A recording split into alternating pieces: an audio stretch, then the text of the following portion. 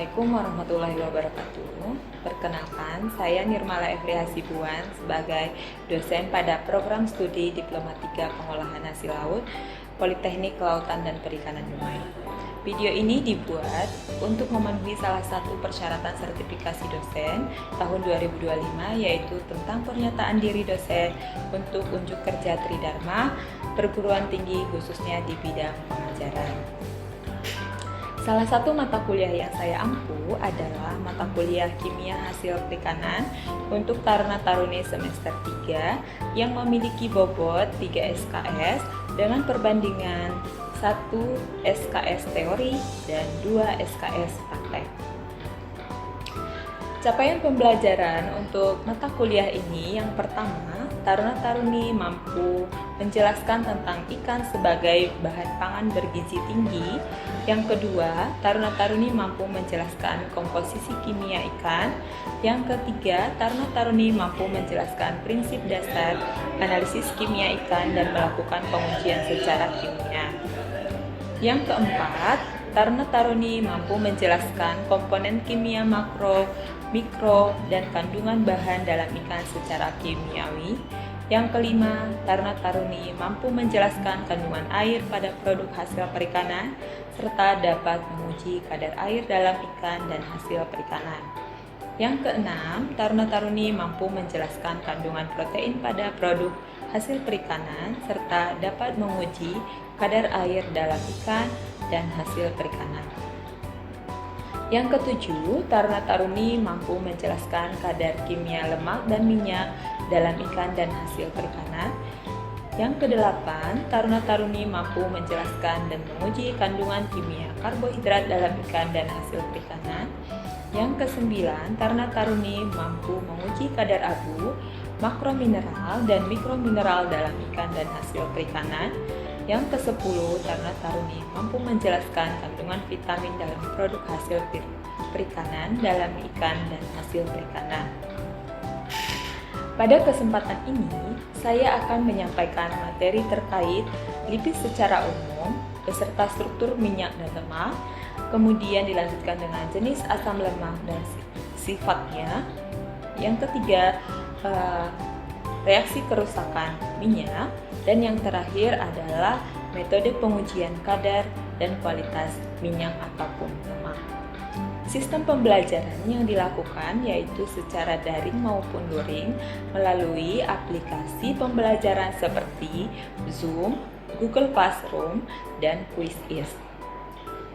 Metode pembelajaran yang diterapkan pada mata kuliah ini adalah ceramah, diskusi dan tanya jawab, demonstrasi, serta praktik secara langsung. Metode ceramah dilakukan dengan menyampaikan bahan ajar berupa materi presentasi secara sistematis dan menarik. Selain itu juga dilakukan interaktif dengan taruna-taruni untuk memahami teori secara prinsip, konsep dasar, maupun landasan ilmiah dari materi yang disampaikan. Kemudian dilanjutkan dengan sesi diskusi dan tanya jawab yang diharapkan mampu meningkatkan keaktifan taruna-taruni, kemudian kemampuan berpikir kritis, meningkatkan kemampuan berkomunikasi, dan meningkatkan pemahaman terkait materi. Selanjutnya adalah demonstrasi. Demonstrasi ini penting untuk dilakukan untuk memperlihatkan cara kerja yang tepat sehingga dapat meningkatkan pemahaman taruna-taruni secara visual. Yang terakhir adalah praktek secara langsung yang dilakukan untuk memberikan pengalaman kepada taruna-taruni secara langsung dan mampu meningkatkan keterampilan taruna dalam melaksanakan kegiatan praktek. Untuk praktikum yang akan dilakukan pada pertemuan ini diharapkan taruna-taruni mampu menguji kualitas minyak maupun lemak. Dengan metode pembelajaran yang diterapkan, pada pembelajaran ini diharapkan taruna-taruni dapat menguasai aspek kognitif, afektif, dan psikomotorik secara seimbang. Strategi pembelajaran yang saya terapkan pada mata kuliah ini yaitu Project Based Learning atau PBL, yang merupakan pendekatan pembelajaran yang berpusat pada peserta didik, di mana Taruna-taruni memiliki pengalaman secara langsung dalam menganalisis kualitas minyak maupun lemak berdasarkan pengujian kandungan asam lemak bebas dari sampel dan mampu melakukan analisis terhadap data eksperimen yang dihasilkan. Di awal perkuliahan, saya akan menyampaikan sistem penilaian mata kuliah di mana penilaian teori berdasarkan penilaian tugas sebanyak 20%, ujian tengah semester 40%, dan ujian akhir semester 40%. Sedangkan untuk penilaian praktikum berdasarkan keaktifan taruna saat praktikum melalui persiapan, proses, dan hasil praktikum berupa laporan praktikum dan analisa hasil praktikum tersebut. Selain itu, saya juga menyampaikan tata tertib saat perkuliahan seperti jumlah kehadiran minimal 80%, kemudian toleransi keterlambatan 10 menit, dan pengumpulan tugas harus dilakukan secara tepat waktu, dan pada saat ujian dilarang untuk melakukan kecurangan. Apabila ditemukan kecurangan, maka akan diberikan sanksi dan pengurangan nilai. Dalam menyusun materi perkuliahan, saya mengacu pada beberapa referensi seperti buku, kemudian textbook, jurnal, maupun standar SNI dalam pengujian berbagai uji kimia yang dilakukan. Selain itu, saya juga mengacu pada buku yang saya tulis, yaitu buku Teknologi Minyak dan Lemak, dan merupakan acuan dalam proses pembelajaran, dan diharapkan taruna-taruni juga mampu menguasai materi pada saat pembelajaran dilakukan. Baiklah, demikian informasi yang dapat saya sampaikan terkait deskripsi mata kuliah Kimia Hasil Perikanan pada program studi pengolahan hasil laut Politeknik Kelautan dan Perikanan Dumai. Selanjutnya, saya akan menampilkan cuplikan pembelajaran mata kuliah Kimia Hasil Perikanan yang saya lakukan di dalam ruang kelas maupun praktek di laboratorium. Selamat menyaksikan. Assalamualaikum warahmatullahi wabarakatuh. Selamat pagi semuanya. Pagi. Oke, sehat kan ya? Oke, ya. Untuk pertemuan hari ini kita mata kuliah Kimia Hasil Perikanan ya, masuk untuk materi lipid ya. Adapun tujuan pembelajaran dari materi ini adalah taruna-taruni mampu menjelaskan dan menguji kadar kimia lemak pada ikan maupun hasil perikanan ya. Pokok-pokok bahasan yang akan kita bahas, yang pertama adalah lipid dan struktur minyak ataupun lemak, kemudian jenis asam lemak dan sifatnya, selanjutnya reaksi pada minyak ataupun lemak, dan yang terakhir adalah metode pengujian kadar maupun kualitas minyak ataupun lemak. Nah, lipid itu sendiri adalah suatu senyawa organik yang terbentuk dari reaksi antara asam lemak dengan alkohol ya. Nah, untuk reaksinya bisa kita lihat di sini ya, ada alkohol dengan asam lemak sehingga membentuk ester ataupun lipid ya. Nah, lipid itu sendiri memiliki sifat nonpolar. Selain memiliki sifat nonpolar, otomatis dia juga akan larut dalam pelarut nonpolar karena sesuai dengan prinsip Lipton supply bahwa senyawa yang bersifat nonpolar akan larut dalam pelarut nonpolar gitu. Oke? Aldi, kira-kira contoh pelarut nonpolar itu apa saja? Di sini Bu, untuk contoh dari pelarut nonpolar itu ada benzen dan N-heksan. Oke, benar sekali ya. Jadi untuk pelarut nonpolar contohnya bisa berupa benzen, N-heksan, ether, kloroform dan sebagainya. Ya. Kemudian lipid ini juga bersifat hidrofobik. Coba Lestari, hidrofobik itu artinya apa? Bisa menjawab, Bu. Hidrofobik itu memiliki sifat yang fobia dengan air dan tidak dapat larut dalam air. Oke, artinya dia tidak menyatu dengan air, gitu ya. Jadi lipid itu senyawa yang tidak menyatu dengan air. Nah, selain itu, lipid juga merupakan suatu substansi biologis. Kenapa dikatakan seperti itu? Karena lipid itu merupakan sumber energi, ya. Dia memiliki 9 kilokalori per gram, artinya lebih besar kalorinya dibanding karbohidrat seperti itu. Selain itu juga dia merupakan komponen dari membran sel, kemudian sebagai molekul sinyal di dalam tubuh seperti hormon steroid, kemudian juga sebagai pelarut vitamin, ya, vitamin yang larut lemak seperti vitamin A, D, E, dan K, ya. Kemudian juga sebagai pelindung organ tubuh, jadi melapisi organ-organ di dalam tubuh kita, gitu ya. Kemudian sebagai insulator panas, jadi dia menjaga suhu tubuh kita agar tetap stabil, gitu ya. Next, jadi lipid itu diklasifikasikan menjadi 3, ya, diklasifikasikan menjadi 3. Ada namanya lipid sederhana, ada namanya lipid campuran, dan ada namanya lipid turunan. Kalau lipid sederhana itu contohnya adalah lemak dan minyak, kemudian ada waxis atau lilin, ya. Selanjutnya untuk lipid campuran ada fosfolipid, glikolipid, lipoprotein, gitu ya.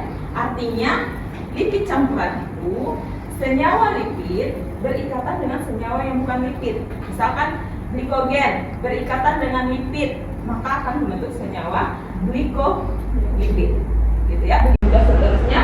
Kemudian ada namanya lipid turunan. Lipid turunan artinya turunan dari lipid itu sendiri. Ya, bisa berupa asam lemak, bisa berupa alkohol maupun hidrokarbon. Nah, kita masuk ke apa saja perbedaan antara minyak dan lemak. Coba Esther, ya. Coba kira-kira apa perbedaan antara lemak dengan minyak? Izin menjawab, Bu. Perbedaan antara lemak dan minyak yaitu lemak adalah lipid yang berbentuk padat pada suhu kamar, sedangkan minyak itu adalah berbentuk cair pada suhu kamar. Oke, benar ya. Jadi apa sih yang mempengaruhi, gitu ya? Kenapa lemak bisa padat pada suhu kamar sedangkan minyak itu cair, gitu ya? Jadi itu semua berhubungan dengan komponen penyusun dari lemak atau minyak itu, ya. Jadi kalau minyak itu didominasi oleh asam lemak tak jenuh. Asam lemak tak jenuh itu yang memiliki ikatan rangkap. Artinya dia akan konfigurasi molekulnya itu akan ada berbentuk cheese, gitu ya. Berbentuk cheese itu artinya dia akan membengkok ataupun menekuk strukturnya. Berbeda dengan si asam lemak jenuh, karena lemak itu dia komponen penyusunnya didominasi oleh asam lemak jenuh, di mana asam lemak jenuh ini hanya memiliki rantai ikatan tunggal. Jadi komponen molekulnya itu dia lebih rapat. Nah, jadi karena molekulnya itu lebih rapat, dia strukturnya lebih padat, sehingga titik belarunya lebih tinggi dan dia berbentuk padatan. Sementara kalau minyak, dia struktur molekulnya itu lebih renggang, gitu ya. Jadi titik belarunya lebih rendah seperti itu, ya. Nah, itu yang mempengaruhi ya. Jadi untuk sumbernya minyak itu biasanya dari minyak kelapa sawit, minyak zaitun, minyak kedelai dan sebagainya, ya. Kemudian ada untuk lemak, ada bisa dari lemak sapi, ayam, lemak babi dan sebagainya, gitu ya. Nah, sebenarnya minyak dan lemak itu sama-sama trigliserida. Ya. Reaksi pembentukannya sama-sama dari gliserol dan juga asam lemak. Ya. Jadi yang memberikan perbedaan nanti adalah kandungan asam lemaknya. Ya, kandungan asam lemak yang terkandung di dalam. Nah, kita masuk ke asam lemak. Asam lemak itu sendiri terbagi menjadi 2 jenis, ya. Ada asam lemak jenuh dan ada asam lemak tidak jenuh. Jadi itu tergantung pada rantai karbonnya, ya. Kalau asam lemak jenuh dia tidak memiliki ikatan rangkap, sedangkan asam lemak tidak jenuh dia memiliki satu ikatan rangkap atau lebih, ya. Nah, ini adalah contoh-contoh dari asam lemak jenuhnya. Ini ada jumlah atomnya, jumlah atom karbon. Kemudian di sini nanti ada nama impaknya. di sini adalah nama umum. Nama umum itu artinya nama yang paling sering kita dengar atau nama pasarannya, ya. Ini adalah sumbernya. Yang paling sering kita dengar seperti misalkan asam laurat, miristat, palmitat, darat, gitu ya. Nah, ini untuk asam lemak tak jenuh, ada namanya monounsaturated. Contohnya seperti asam oleat, artinya dia memiliki satu ikatan rangka, sedangkan polyunsaturated dia memiliki lebih dari satu atau dua ataupun lebih, gitu ya. Nah, kita masuk ke struktur, ya, ke struktur dari asam lemak itu sendiri. Jadi kita bisa lihat di sini bahwa asam lemak jenuh dia memiliki ikatan tunggal. Jadi yang kita lihat itu adalah ikatan dari hidrokarbonnya, rantai karbonnya ini. Dia tunggal apa? Ganda, gitu ya. Tunggal atau rangkap gitu. Jadi kalau kita lihat di sini ikatannya adalah ikatan single bond atau tunggal. Jadi ini adalah asam lemak jenuh. Kemudian ini kita bisa gambarkan strukturnya seperti ini untuk secara sederhananya. Kemudian ini kalau misalkan mau dijabarkan, gitu ya, kalau mau dijabarkan. Selanjutnya ini adalah contoh struktur dari asam lemak tak jenuh. Ya. Contoh asam lemak tak jenuhnya di sini ada asam oleat atau oleic acid, ya, dengan 18 karbon dan disebut dia monounsaturated. Artinya dia memiliki satu ikatan rangkap, gitu ya. Sedangkan yang di bawah ini sebenarnya dia sama-sama 18 atom karbon, ya. 18 atom karbon, namanya linoleic acid atau asam linoleat. Tapi dia polyunsaturated, artinya dia mengandung lebih dari satu ikatan rangkap. Nah, mana ikatan rangkapnya? Nah, ini kita lihat dia ada di sini satu. Jadi dia ada dua ikatan rangkap sehingga disebut dengan polyunsaturated. Nah, sampai di sini ada pertanyaan? Oke, silakan. Dari gambar ini kan terdapat 3 jenis omega 3, terutama omega 3, omega 6, dan omega 9. Jadi yang menjadi pertanyaan saya itu ialah apa perbedaan antara asam lemak omega 3, 6, dan 9? Oke, ya, baik. Sangat bagus ya pertanyaannya. Kalian pasti sering dengar seperti apa namanya, entah di televisi atau di media sosial atau di mana ada omega 3, ada omega 6 gitu ya, ada omega 9. Apa yang membedakannya? Kita bisa lihat dari strukturnya, ya. Kita bisa lihat dari strukturnya. Kalau omega 3, ya, omega 3 berarti letak ikatan rangkapnya berada pada atom C ke 3, gitu ya. Sedangkan omega 6 dia letak ikatan rangkapnya berada pada atom C ke 6. Nah, coba kita hitung. Ini ada saya gambarkan ya. Kalau untuk omega 3 ini 1, 2, 3. Jadi ikatan rangkapnya ada pada atom C ke 3. Sedangkan ini omega 6 ada di atom C ke 6. Ini ada omega 9 ikatan rangkapnya ada di atom C ke 9. Nah, jadi ini, nah, sudut-sudutnya ini sama dengan ini sebenarnya. Nah, 1, 2, 3, 4, 5, 6 gitu ya. Sama dengan saya gambarkan seperti ini. Oke, bisa dipahami? Ya. Oke, ya. Jadi untuk sumbernya juga dia bermacam-macam. Nah, untuk omega 9 biasanya dari minyak yang berasal dari tumbuh-tumbuhan gitu ya. Nah, seperti canola oil, olive oil, kemudian almond gitu ya. Sementara kalau omega 6 bisa dari omega 6 dan sama omega 3 bisa dari tanaman dan juga bisa dari hewan, ya, sumber hewani. Nah, ini di omega 3 ini kan sering banget ya kita dengar ada ikan salmon kaya akan EPA dan DHA. Pernah dengar nggak? Ya kan? Nah, ini jadi dia mengandung EPA dan DHA. Itu yang sering diunggulkan, gitu ya. Karena dia tidak terdapat di semua bahan makanan, gitu ya. Hanya di makanan-makanan tertentu saja, gitu ya. Apa saja contoh ikan yang mengandung EPA dan DHA? Seperti salmon, ikan tenggiri, ikan tuna, gitu ya, makarel, gitu ya. Nah ini adalah beberapa sumber dari omega 6 dan omega 9, omega 3 juga ya. Kemudian, nah dari gambar ini kita bisa lihat, bahwa suatu bahan makanan itu memiliki komposisi asam lemak yang berbeda-beda. Ada yang banyak asam lemak jenuhnya, ada yang banyak asam lemak tidak jenuhnya. Tidak jenuhnya itu kan tadi ada monounsaturated, ada polyunsaturated. Jadi dia komposisinya akan berbeda. Misalkan ini minyak biji bunga matahari, gitu ya. Dia yang paling banyak ini yang mana? Yang ini polyunsaturated omega 3 gitu. Berarti sunflower oil ini memiliki kandungan paling banyaknya adalah omega 3 gitu dibanding dengan saturated fatty acid gitu ya. Jadi berbeda dengan coconut oil, misalkan ya di sini coconut oil itu paling banyak adalah saturated atau asam lemak jenuh. Jadi berbeda-beda kandungannya setiap sumber bahan makanan gitu ya.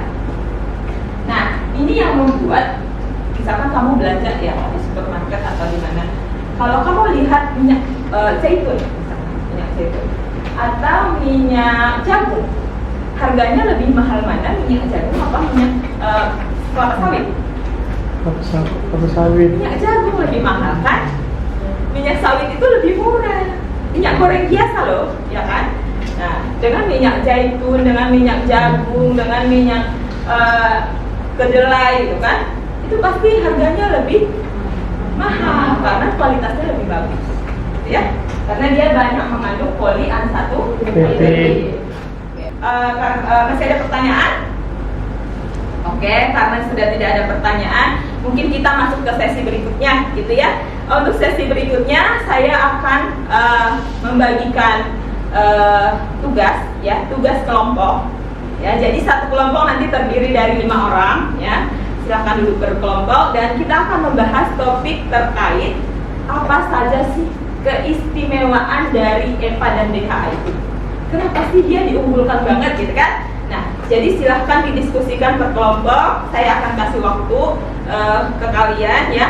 Nanti akan disampaikan hasil diskusinya. Oke? Cukup sekian yang ingin saya sampaikan. Saya tutup. Assalamualaikum warahmatullahi wabarakatuh.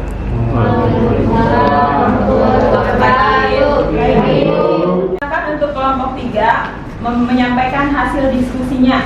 Ya, silakan. Dari hasil diskusi ini ada peran spesifik dari DHA dan EPA.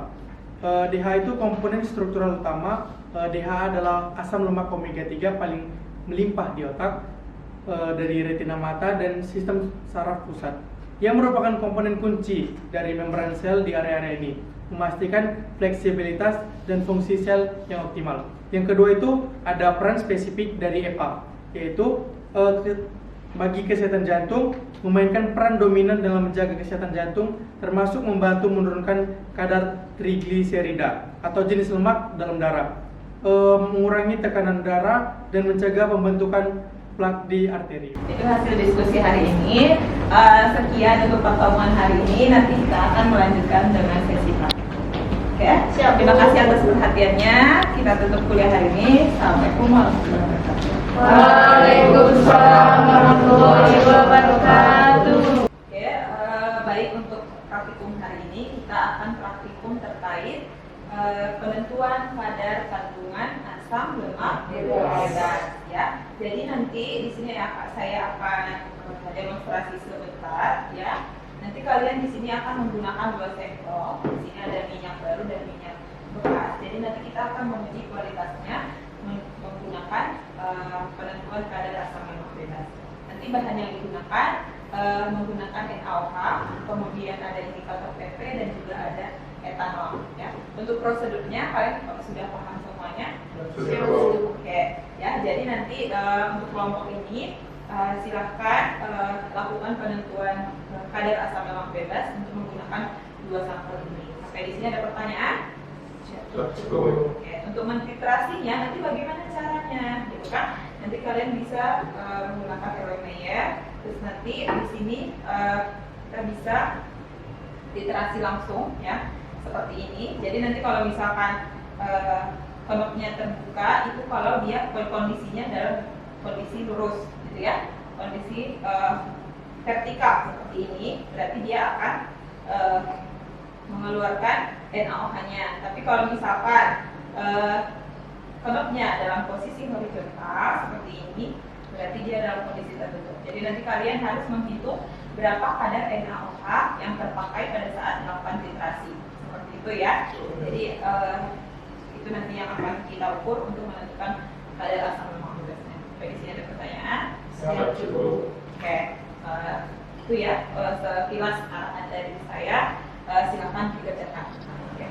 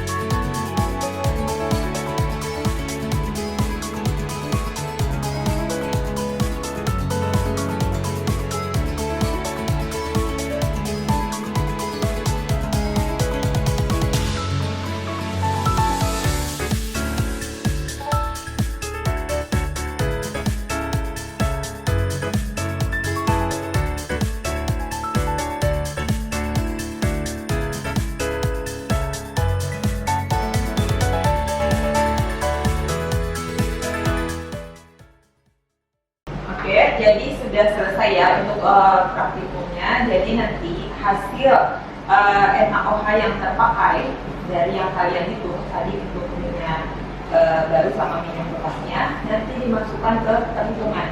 Ya. Setelah dimasukkan ke perhitungan, nanti dimasukkan ke analisa data di bab 4 untuk di laporan. Ya.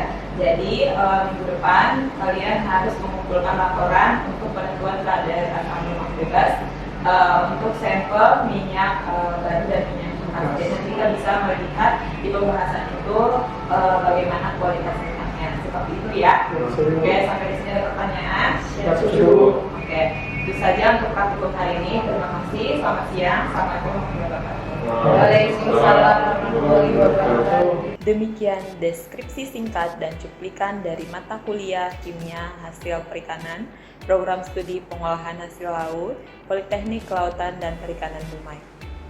Sebagai pernyataan diri dosen dalam unjuk kerja Tridharma Perguruan Tinggi khususnya di bidang pengajaran. Semoga dapat memberikan gambaran mengenai kinerja pengajaran yang saya lakukan.